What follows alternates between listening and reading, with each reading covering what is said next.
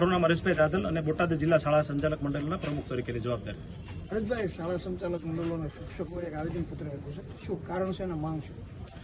ગઈકાલે અમદાવાદના રખિયાલમાં એક વિદ્યાલયની અંદર એક શિક્ષક ઉપર જીવલેણ હુમલો કરવામાં આવ્યો, જે ખૂબ નિંદનીય બાબત છે.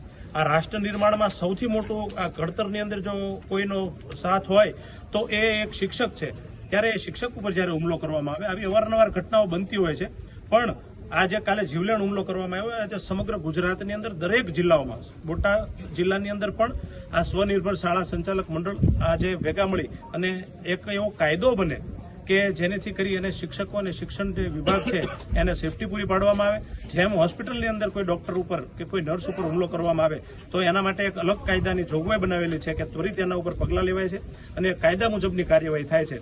તો શિક્ષણ જગતને કેમ નહીં, શિક્ષણ જગત માટે પણ એક આવો કાયદો બને એના માટે આજે સમગ્ર ગુજરાતના દરેક જિલ્લાઓમાં આવું એક આવેદન દેવાનો કાર્યક્રમ કર્યો. હરેશભાઈ, શહેરમાં પણ એક આવી ઘટના ઘટી હતી, તેને લઈને શું કહેશો? આવી ઘટનાઓ અવારનવાર ધ્યાનમાં આવતી હોય છે અને શિક્ષક જ્યારે સલામત નથી ત્યારે મેં હમણાં જ કીધું કે સરસ્વતી માતાના મંદિર ઉપર જે હુમલો થયો હોય એવી એક આ નિંદનીય ઘટના છે અને આ ઘટના કોઈ પણ હિસાબે ચલાવી ન લેવાય.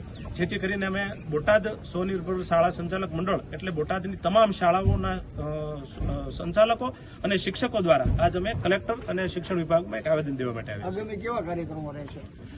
ખાસ કરીને તો આ સ્વનિર્ભર શાળા સંચાલક મહામંડળ દ્વારા એક પ્રદેશ લેવલે આવી રજૂઆત કરવામાં આવી છે કે આનો એક કાયદાની જોગવાઈ થાય અને આના માટે જે કંઈ પગલાં લેવા પડશે પ્રદેશની આગેવાનીમાં જે સૂચના આવશે એ પ્રમાણે આગળના બીજા કાર્યક્રમો થશે.